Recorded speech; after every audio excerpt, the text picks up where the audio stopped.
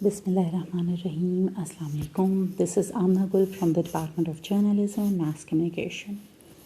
We're back with the course Fundamentals of Public Relations, bearing the code JMC 331, as well as the course Advertising for Media bearing the code JMC 332.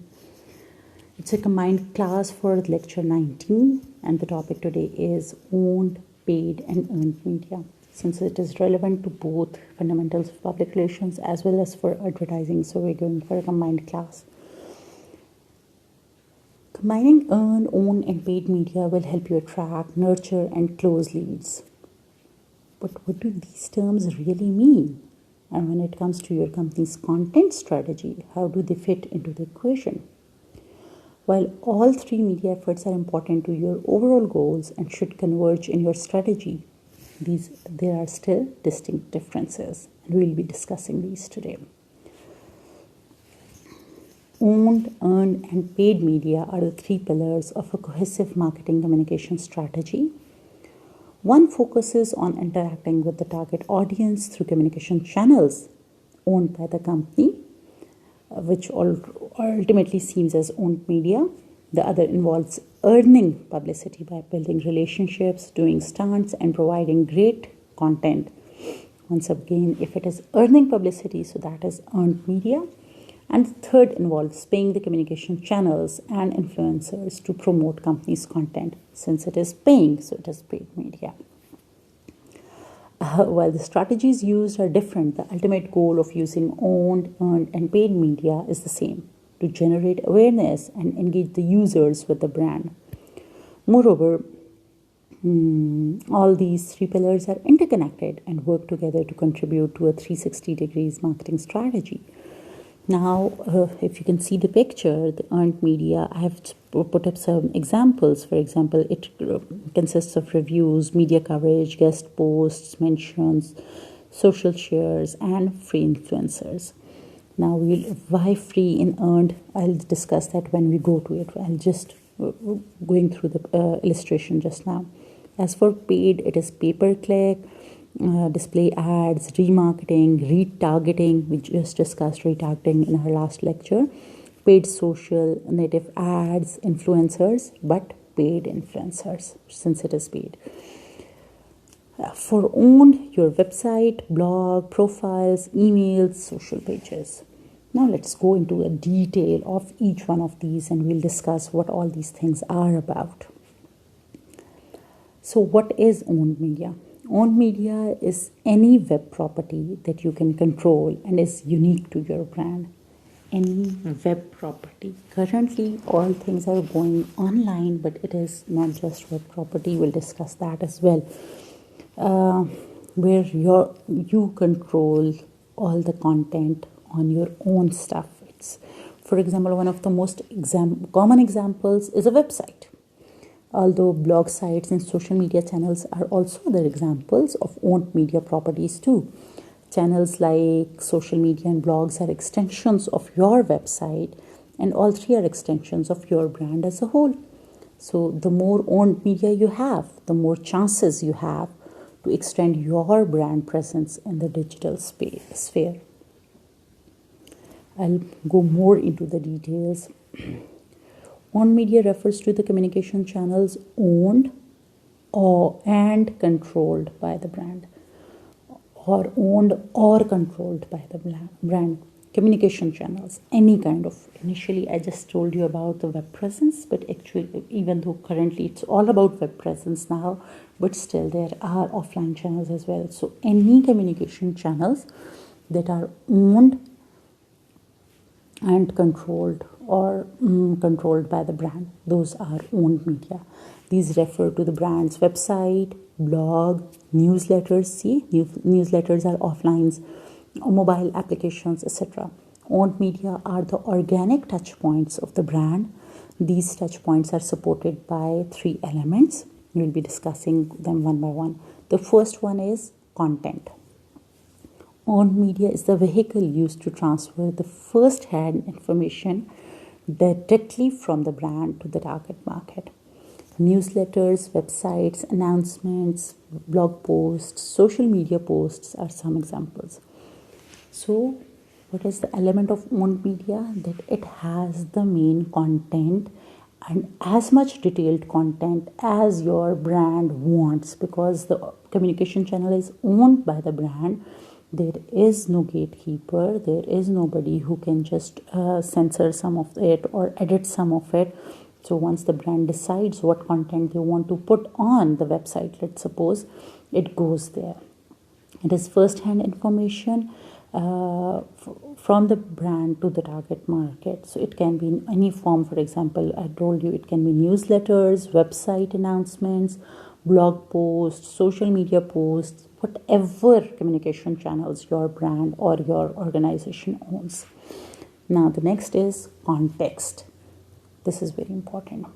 The sole purpose of having owned media is to make users have a first-hand experience in interacting and engaging with the brand, which other mediums fail to provide.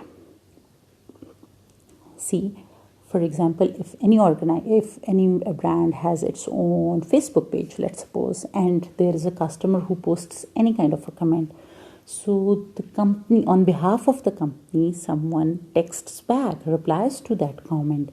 So actually it is a first-hand experience of that particular public or customer interacting and engaging with the brand. This is very, very important. This is not applicable in other media, for example, television.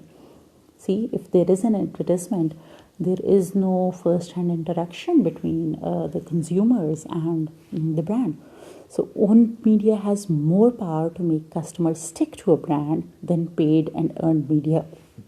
I'll be discussing these two shortly. Loyalty programs, reward programs, social media posts, as well as their replies, and other corporate humanization techniques give context to the owned media channels. The third element, community. Owned media is known to be the gate where the users connect to the brand directly and form a relationship. These can be social media groups, virtual forums, social media profiles, etc. But they tend to develop a relationship. And in current times, this is very, very important to have owned media. And the more you have, the better it is. But you need to maintain it well. That is very much important. What are the examples of owned media? Owned media are touch points in control of the brand, which include, first of all, I told you, most importantly, it is the website, then social media profiles. Now, brands and companies and organizations are understanding that they need to have their own mobile applications. Still, a lot of brands do not have their mobile applications. They haven't gone that far in it.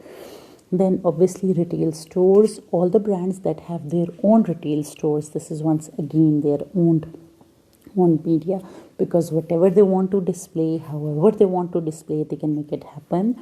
Their newsletters, their brochures, their pamphlets, these are all examples of owned media. So dependent on the budgets of any organization or brand, they can plan which of these or how many of these they can have. But they need to keep these updated.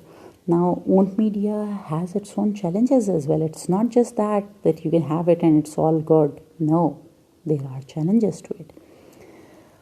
For example, it takes time to build your audience. You cannot have any audience coming to your website directly. Success with owned media is entirely dependent on having a comprehensive strategy in place. It's not that you have owned media and you put up anything and it works wonders. No, you need to have a comprehensive strategy in place. Then updating your website, blog, and social media pages requires an ongoing commitment. And with social media, it's a 24-hour job, because currently, in current times of globalization, you have your public around the globe. And you cannot, no social media can, with social media, you cannot take your eyes off what is going on and what is being poured in by your public onto your websites and to your social media pages and stuff. So there's no time to sleep. It's an ongoing commitment, independent from their busy times, their relaxed times, but it goes on and on and on. Now we'll move to the second one, which is paid media. Simply put, paid media is marketing you pay for. Holistically, it is used to promote content in order to drive earned media, as well as direct traffic to owned media properties. So, paid media is marketing you pay for, something you pay and then you get your content promoted.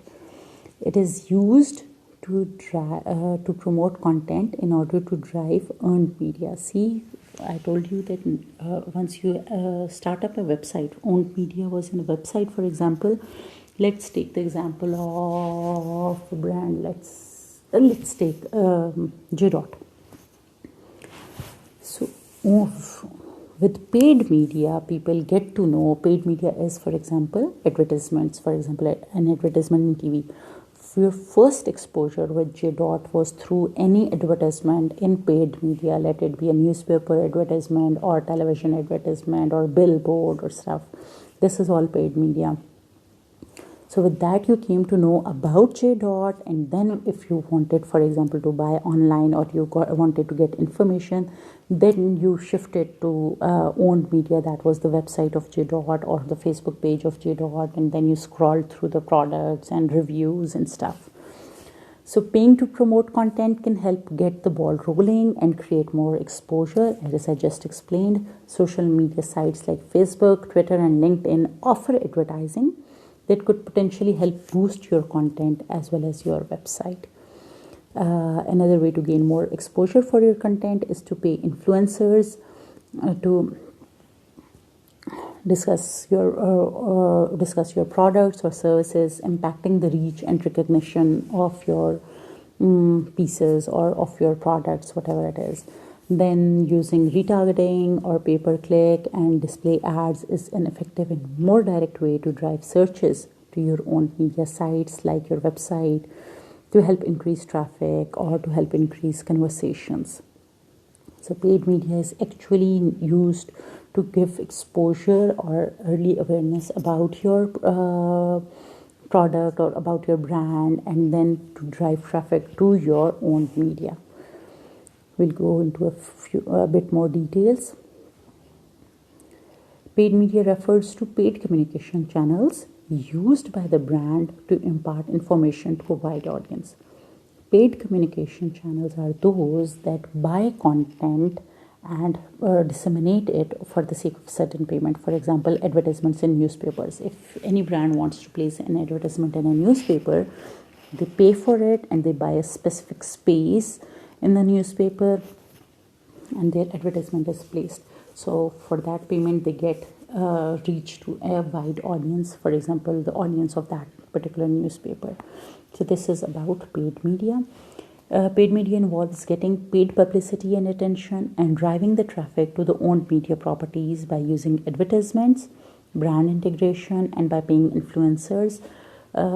People tend to pay influencers to speak about those products or discuss those. So paid media isn't considered as impactful as earned or owned media, but it has its own advantages. It is the best way to make your target market aware that your brand exists, as we just discussed about J-Dot, that initial exposure or initial awareness about any brand comes from paid media. Besides brand awareness and brand exposure, paid media helps boost the confidence of existing customers in the brand and even help marketers retarget them using personalized marketing strategies. Nevertheless, the ultimate objective of using paid media is to increase the sales of brands, products, or services, or both. Paid media are third-party touchpoints acquired or rented by the brand for a limited time period by paying for it. For example, it can be rented out as well. For example, there are billboards that you can rent out, or there is time and space that you can acquire by paying for it. The characteristics of paid media include reach. Paid media has the highest reach among the three types of communication media, because paid media is meant to reach a lot of audience, and it has dependent on the type of paid media it is. It can have even nationwide and even global reach, dependent on what it is. For example, television. So paid media ranges from television advertisements to social media advertisements and gives more exposure to brand than owned or earned media. So it is very, very, very, very important. Then the next characteristic, information. A brand tends to provide as much information as it can through paid media to make users purchase its products. It tends to carry important information actually meant for purchasing purposes. So dependent on the budget and the need of that particular brand, they put up information on paid media. Then the third characteristic, paid media channels are crowded places, and every brand tries to differentiate itself to stand out of the crowd. Let's suppose, for example, Pakistan has multiple cellular companies. So each cellular company, let's suppose it's Telenor and Ufone, Zong, Jazz. Did I miss one? Warid probably integrated into it. I think I'm missing one. I don't know which one I'm missing. So they want to differentiate themselves from the others. Zong wants to differentiate, let's suppose, from Telenor, which wants to differentiate from Jazz and Ufone. So paid media are crowded places. It is one of their characteristics that every brand has to work for differentiation. Now, some of the examples of paid media. We discussed that paid media are touchpoints acquired by paying for them. So these include advertisements which are placed in television, radio, newspapers. Even social media has paid advertisements and search engines as well. Advertisements on social media websites like Facebook, Twitter, LinkedIn, we do have these. Then we know there are search engine advertisements as well. Apart from that, paid media also includes paid promotions by influencers. There are certain, for example, you might have seen on Instagram, they do product promotions, and then they say it's mentioned somewhere that it is a paid promotion. So that also helps. And then there is product placement as well, that the placement of product in certain places, it also makes a big difference. So that is also a paid media. Now, paid media obviously gives you a lot of exposure, it gives you a lot of reach, but it also has its challenges. Yes, it does have its challenges as well. It is way more expensive than other marketing methods, and I think we all know it that advertising is costly.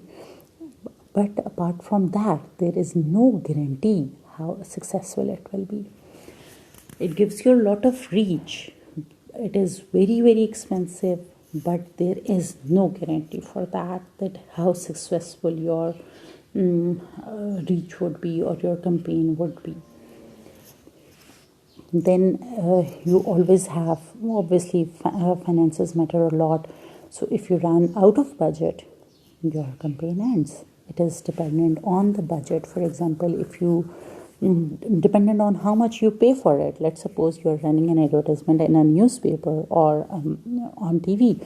So dependent on the payment, you can have it run. If you can pay for a week, it runs for a week. If you can pay for a month, it runs for a month. It's all dependent on how much you pay for. So it is very, very much budget specific. It cannot go on for a long time. Then there is another challenge to paid media as well.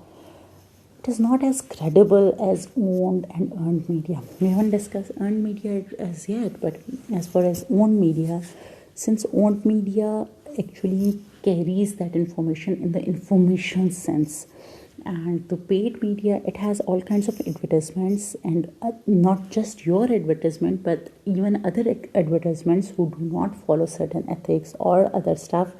So those are seen with skepticism, and thus people do not consider advertisements to be that credible than other kinds of information. So this is all for today. As for earned media, we're going to discuss it in our next lecture soon, inshallah. Thank you.